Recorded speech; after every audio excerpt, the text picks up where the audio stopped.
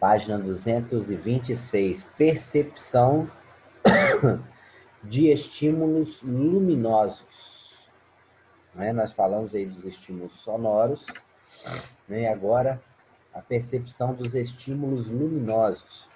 Né? Para ler esse texto, é necessário que você enxergue as letras representadas e interprete a organização delas, ou seja, né, para você enxergar, né, o livro, o texto, as figuras aí, né, para você interpretar, você ter essa noção, né, para você estudar e tudo mais, você tem que enxergar as letras, as figuras, interpretar isso, né, de forma a trazer um entendimento. Além da leitura dos textos, a visão nos permite observar o que está ao nosso redor, interagir com o ambiente, perceber situações de emergência, de perigo, né, e outras importâncias. No nosso dia a dia, você perceber o ambiente ao seu redor, perceber, né, situações de emergência, situações, né, várias do nosso dia a dia, que você precisa, né, se afastar, se refugiar, ou ir em direção a alguma coisa, né, para buscar, pegar alguma coisa. Né? Então, tudo isso aí você precisa, né, do quesito, né, visão e enxergar as coisas.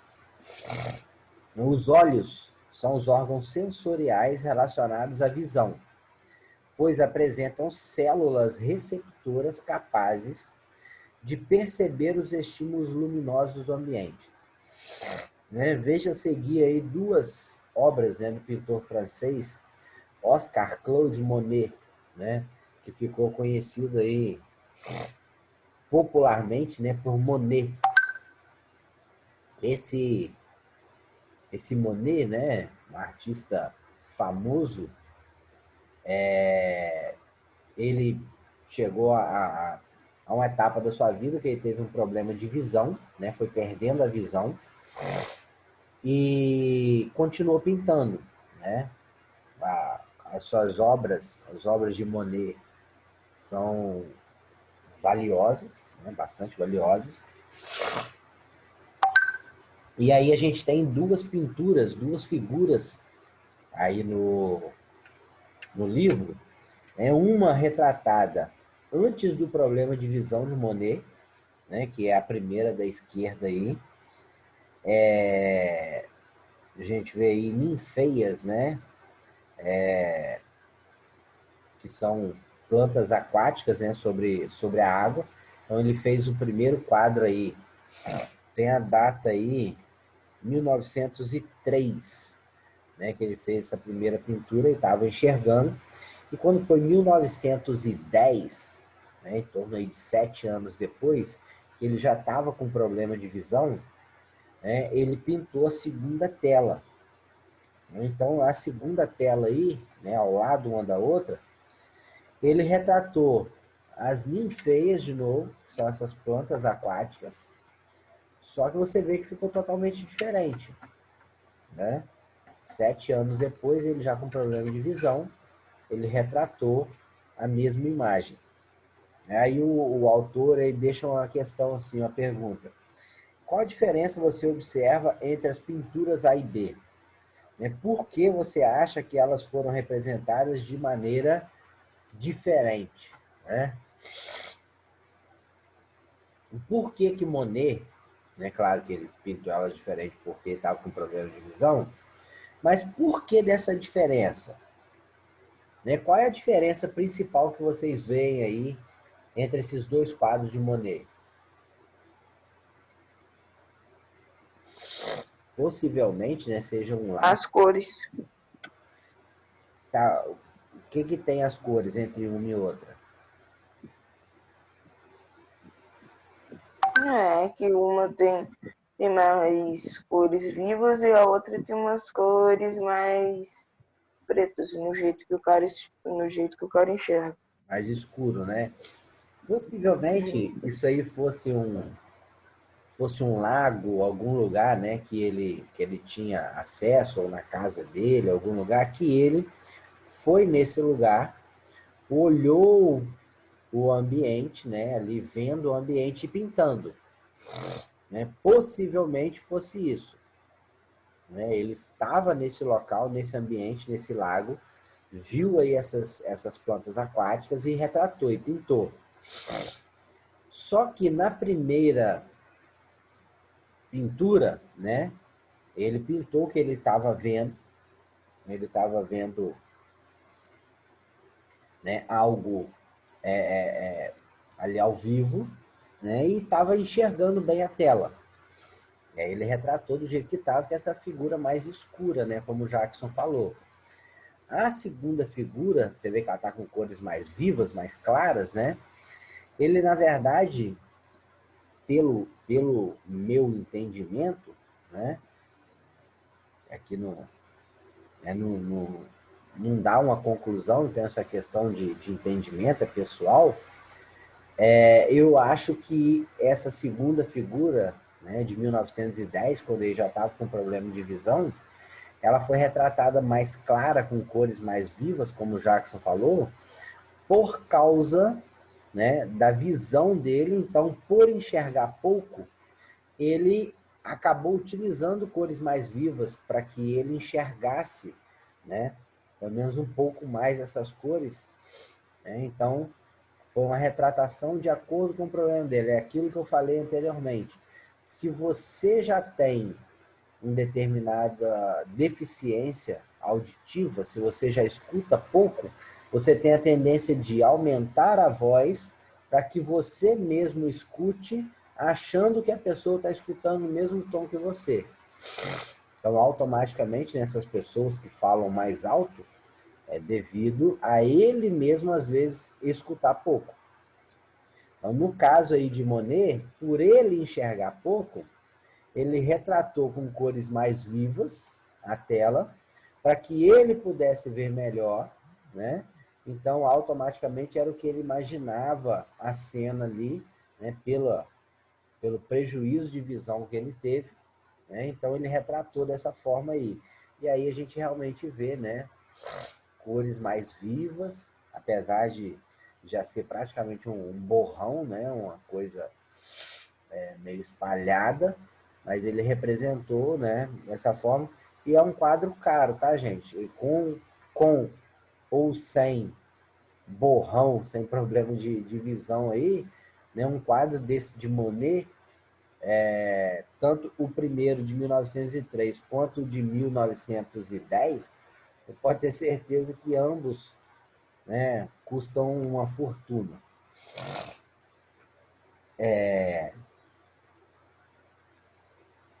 Aí ele coloca abaixo aí, né, o autor, os olhos e a percepção da luz. Os olhos como órgão, né, e a percepção, a captação de luz. Os olhos apresentam estruturas relacionadas à percepção de luz, algumas estruturas acessórias que contribuem para a proteção desses órgãos, né? E aí tem um esqueminha de um olho, né, mostrando aí, né, como quais são essas estruturas, né? Acima dos nossos olhos, esses pelinhos que estão acima dos nossos olhos, né, estão aí os cílios, né, dificultam a entrada de partículas como poeira nos olhos, né? Esses cílios, né, que as mulheres enchem isso aí de rímel, né? Eu acho que é o rímel mesmo que passa acima do olho, né, nos cílios, né? Buzunta esse troço aí para parecer maior, né, mais destacado. Inclusive tem Cílios mulher postiços. que coloca postiço, né, que cola aquele trem desse tamanho assim, parece mais uma taturana colada em cima do olho, né? Tem uns que quase não conseguem manter o olho aberto, tão pesado que é aquele trem, né? Fica com os olhos regalados, assim, com aquele trenzão bitelo, assim, na frente do olho, né? Coisas de mulher, né? Coisas de mulher. Na verdade, elas fazem isso para uma ficar admirando né, a beleza ou não da outra, né? Porque, na verdade, os maridos, mesmo os homens, não ficam olhando, né, se está com cílio grande, se está com trem besuntado no cílio, né, se a sobrancelha está bem feitinha, se está com pelo sobrando do lado, né? A cor do batom, se o batom é rosa, se é vermelho, se é verde, né? Homem não É, tia, é fica. só mulher reparar a mulher mesmo, Na porque mulher verdade, olha isso tudo. na verdade, né, isso tudo aí, quem repara é as outras, né, as outras mulheres, né? Então, na verdade, a mulher quando se enfeita toda, se pinta toda, né? Na verdade, é para os olhares das outras mulheres, né, para uma não se sentir inferiorizada em relação à outra, né? Nem que tá se arrumando para a outra achar bonita, não, né? Para uma não se achar inferior à outra, né? Que a outra esteja mais bonita que ela, então, né, é um jogo, né? Esse jogo aí de beleza aí entre as mulheres, né? A verdade é essa, né? Então, né, os cílios, né, elas têm uma característica, na verdade, de proteção dos nossos olhos, né? Não é simplesmente um adereço para ficar enchendo de troço e ficar colando um maior por cima do outro, aí é a questão de proteção. A gente vê ao lado da imagem aí, né, os supercílios, né? Esses supercílios, na verdade, são o que a gente chama de sobrancelha, né? O livro colocou aí como supercílios, né? Tem os cílios e os supercílios, que estão acima dos cílios, né? Que a gente chama aí popularmente de sobrancelhas. Impedem que o suor, quando escorre pelo rosto, né, entre no olho. Então, o suor escorrido aqui na testa, né, ele vai pegar primeiro nesse supercílio e ele tem a tendência de escorrer pela lateral e vir escorrendo aqui, né, no rosto e não, né, vir da testa diretamente para dentro do olho. Então, quando ele chega aqui, ele tem a tendência ou de escorrer aqui para o meio ou de escorrer normalmente aqui para essa lateral, né, e não deixar o suor vir direto no olho, que a gente chama popularmente de sobrancelha, né? Tem lá, né, do lado esquerdo, a glândula lacrimal, né? Essas glândulas lacrimais, né, que está mostrando aí nessa região, né, do canto, e glândulas lacrimais aí acima, né, na pálpebra. Para que servem essas glândulas lacrimais? Para poder lubrificar o nosso olho, né? A lágrima que a gente secreta quando você está chorando e tal, né? O tempo inteiro o nosso olho está liberando essa glândula, essa lágrima, né? Só que em quantidades bem menores do que quando você chora, né? Então, essa glândula é secretada vagarosamente, né? E aí do lado direito aí já fala das pálpebras, né? Que na verdade, semana passada alguém perguntou também, quando você pisca o olho, né? Você tem as glândulas lacrimais que secretam essa lágrima, né? Devagarzinho. E as pálpebras, ela tem a função de, quando fecha, ela pega essa lágrima, espalha no seu olho, né? Ela fecha e aí você abre, né? Então é o ato que a gente chama de piscar, né? Algumas pessoas piscam mais, outras piscam menos. Então, essa movimentação da pálpebra, né, ela tem a função de espalhar, né, essa lágrima, né, esse líquido, para poder lubrificar a sua córnea. Tá? Então, essa é a função aí. Cílios, supercílios, né, o aparelho lacrimal, as glândulas lacrimais, né, e as pálpebras, né, que fazem essa movimentação que mantém o nosso olho fechado ou aberto. Na 227, né, para entendermos como os olhos auxiliam na percepção da luz do ambiente, precisamos primeiramente, conhecer a estrutura desses órgãos sensoriais, né? A estrutura do olho né, tem aí nesse quadro verde, né, que toma praticamente a página toda, tem aí a parte colorida dos olhos, né, chama de íris. É aí a letra A, né, lá na figura, né, você vê essa parte, a íris, né, que é a parte colorida. Alguns têm o olho, né, totalmente preto, né, escuro. Outros têm um olho mais claro, né, castanho, vai clareando. Né, outros têm os olhos verdes, azuis, né, cinzento. Eu conheço um camarada que ele tem um olho meio verde, meio azul, e o outro é cinza. Ele tem um olho colorido, né, verde ou azul, não sei, e o outro é cinza. Então você olha para ele assim, você vê que os dois olhos deles, né, não são da mesma cor. É estranho, mas é interessante, né? Então a íris é essa parte colorida. Ela é formada por várias camadas de fibras musculares, as quais controlam a abertura da pupila, que é a letra B, né, que nós falamos, quando tem pouca luz, a pupila dilata para captar a maior quantidade de luz possível, né? E ela se contrai para evitar, né, o excesso de luminosidade entrando nos olhos, né? Então, pupila. A camada externa do bulbo do olho é formada pela córnea, camada fibrosa e transparente, que forma a parte anterior do olho, né? Então, essa parte externa do nosso olho, que a gente tem, né, determinado cuidado, e que a nossa pálpebra abre e fecha para lubrificar. Então, essa parte externa é a córnea.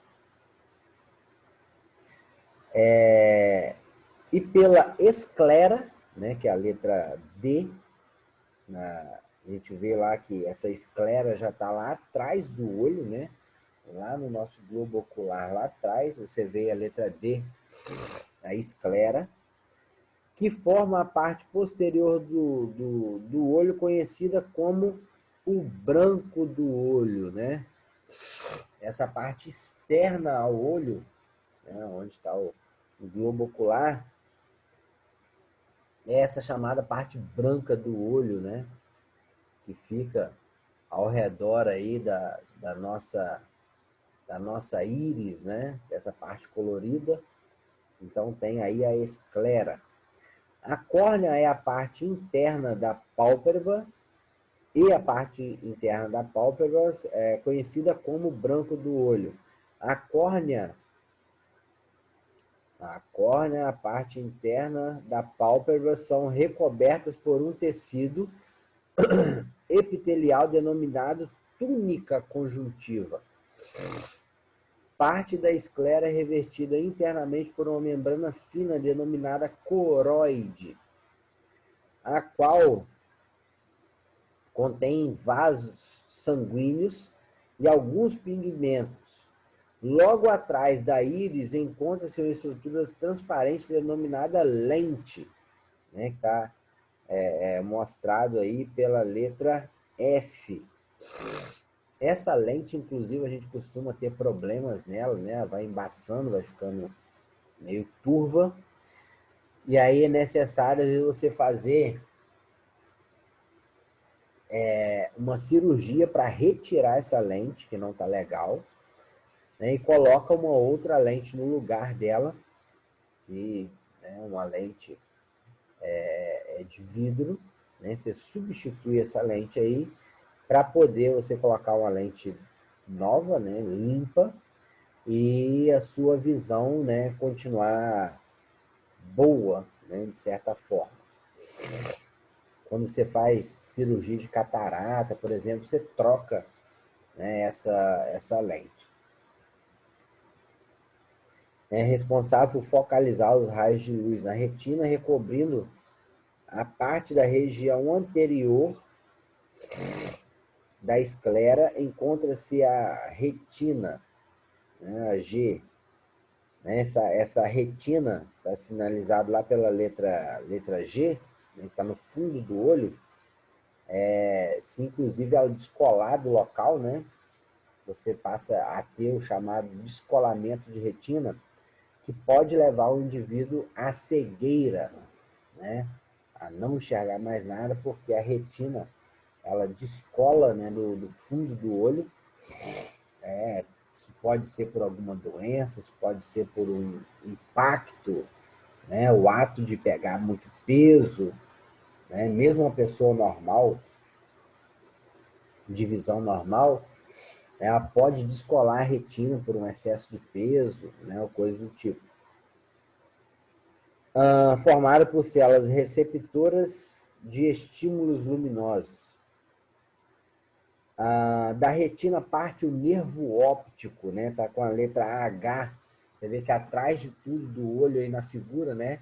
Parte, né, um tubo, né, que é o nervo óptico, que transmite os impulsos nervosos ao encéfalo, né? Que vai mandar lá para o encéfalo as informações que a gente recebe na nossa visão, para que essa informação, né, luminosa ela seja interpretada, né, e mandada para nós de forma como informação, né, e o resultado na verdade da visão, né, de forma geral.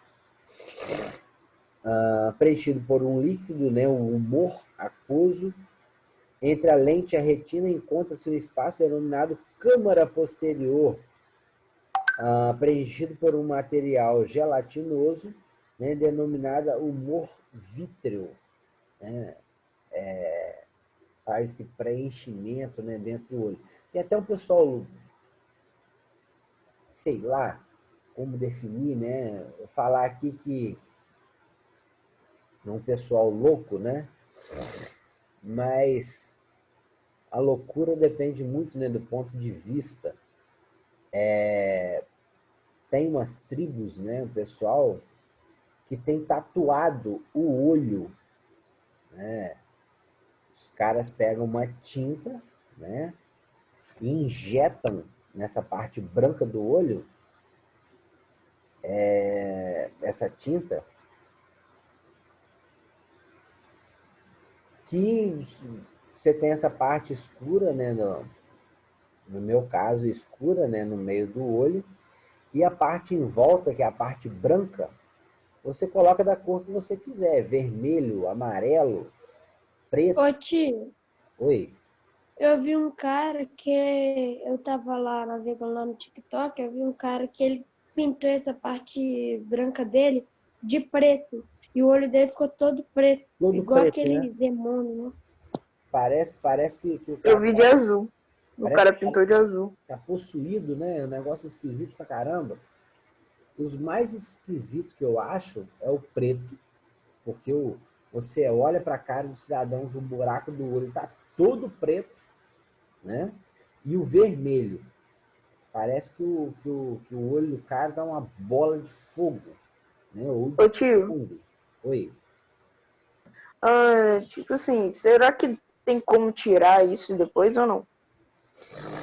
Tirar, eu acho que não. Meu Deus, imagina ser 3 horas da manhã, você olha pra uma pessoa com o olho todo preto, o olho todo vermelho. Imagina, né? Você tá passando na rua e aí quando você está passando debaixo de um poste, a pessoa vem no sentido contrário de você, já lá para meia-noite, né?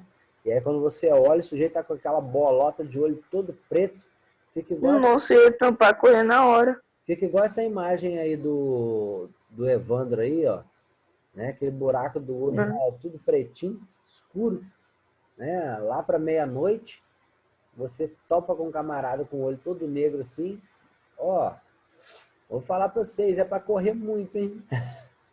Pneu a primeira esquina que eu Ô ver, eu vou tio, mas entrar, vou aquilo deve estampar fazer correndo. algum mal no olho, né? Evandro, eu ia começar a falar aqui e acabei parando. Na verdade, como é algo novo, né? É algo que o pessoal Não. começou a fazer recentemente, não se tem ainda uma resposta para isso, né? O que que isso vai causar ao longo do tempo, né? Essas pessoas que fizeram isso estão agora novos, quando eles tiverem, né, certa idade lá, 65 anos, né, se eles viverem até lá, isso vai acarretar algum problema para eles, né? Isso vai prejudicar a visão, né? Imagina, O que que vai ele acontecer tiver os netinhos dele, aí vai lá, o netinho chega em casa e vê o vô ou a avó todo possuído, assim. com aquele olhão preto, né? Ou vermelhão, É, parecendo sangue? eu não fugiria daquela casa. Então, na verdade, não se sabe ao certo, né? Quais vão ser as consequências, porque essas primeiras pessoas que fazem, né, que vão ser o timer do negócio, que é o que vai mostrar o resultado disso lá no futuro, né? Outra coisa que o pessoal faz hoje em dia, que é estranho também, eles colocam, né, abaixo da pele da testa, ou às vezes cá em cima, né? Eles raspam a cabeça e coloca chifre, né? Então, tia, esse cara que colocou esse olho, ele colocou, parece um monte de bola aqui, um chifre em cima. Na testa, né, ou na cabeça, Uhum. eles cortam, né, a pele e coloca, né, subcutâneo, ó, logo abaixo da pele, uns negócios, né, no formato de chifre e tal, para ficar com aqueles troços na cabeça, né, na testa, aquele chifre, aquele caroço, né, embaixo da pele. Eu já vi uma mulher. Sinceramente, eu acho que o ser humano tá meio perdendo o juízo, né? Tá ficando meio doido demais da conta.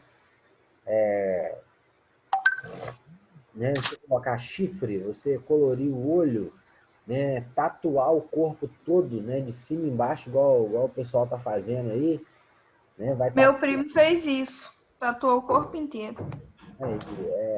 Só que ele é tatuador, né? Então não é tão. né? É aquilo que a gente respeita, né? A decisão dos outros, né? Você fazer, Mas que é feio é horrível. mas que para a maior parte da sociedade que acha aquilo bonito, né? É igual a Maria Eduarda falou aí, né? O primo dela, ele é tatuador, ele trabalha com isso, né? E aí ele fechou o corpo de tatuagem.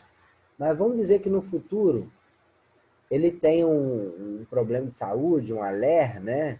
Dá um problema na mão que ele não pode ficar mais segurando ali, né? A maquininha para poder tatuar, perde a coordenação motor, alguma coisa assim.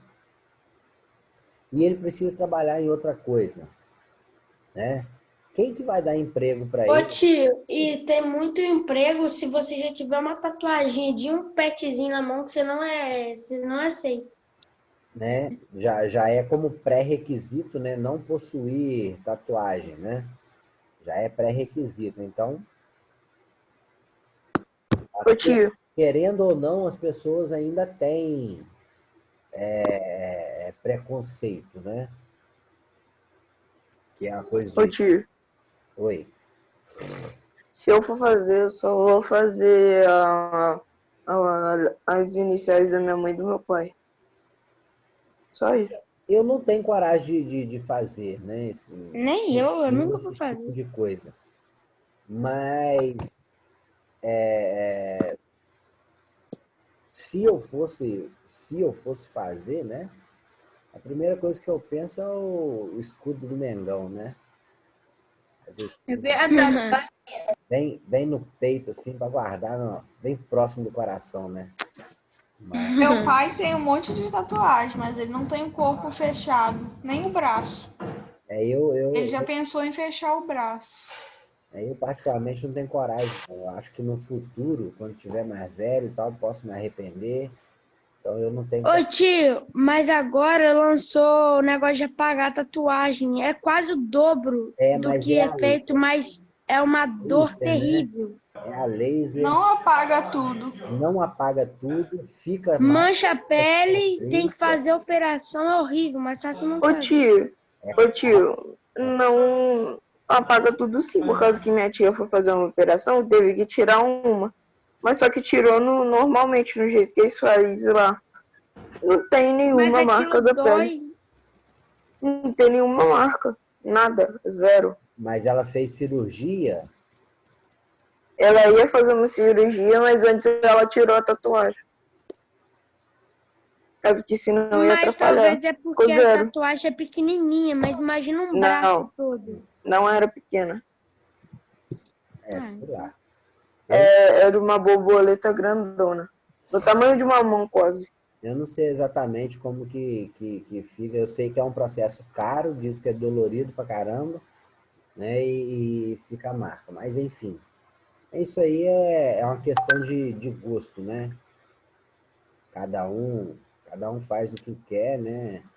Eu particularmente não faria, mas a gente tem que respeitar. Eu também não. Tinha uma dica, eu nunca faço na costela e no pé. Minha mãe tem uma coroa enorme no pé e meu pai tem um tigre na costela, que ele não terminou. Vai de dor? De dor. Ele fez só o tigre e tinha que voltar depois para terminar de fazer a barriga e a boca do tigre. Ele não foi. Ficou incompleto. Ficou incompleto. Minha tia tem inicial ela vai fazer a inicial da filha dela, caso que foi um milagre, caso que demorou deixa eu ver quantos anos, quase 10 anos para ela engravidar. Aí vai fazer a tatuagem da inicial dela. Aí fez os gatos na mão dela. Ela tem esse é o nome, um pug no pé. Meu pai tem um tigre, uma rosa, uma bússola, um dragão e uma carpa. E o meu nome. Tudo peixe. Então ele toma fauna no corpo. Concordo, Matheus. Eu não topo, não, né? E principalmente a gente começou a falar aí do olho, então, do olho, a tatuagem ocular, então eu acho que é perigoso se o cara errar, né? Na hora de injetar tinta nessa... Isso eu nunca teria coragem de fazer. Nessa parte branca, né? Que é... Ô tio, imagina, o cara tá lá injetando, ele injeta errado e você fica cego. Pois é, tá vendo? É disso que eu tô falando, né? O cara, a gente não sabe exatamente como é que é e tal, então um erro pode ser fatal, né? Por uma questão de visão, né? Então é um negócio que eu não teria coragem de jeito nenhum. O pessoal já tá terminando esse link também, tá? Tá terminando o horário aí. Eu vou mandar outro lá para vocês, para a gente terminar isso aí. Tá bom? Já tá no último minuto aí. Encerra aí a aula. Eu vou encerrar, né? Que aí a gente continua. É demais. A gente continua. Evandro, vai ter outra aula. Na 228.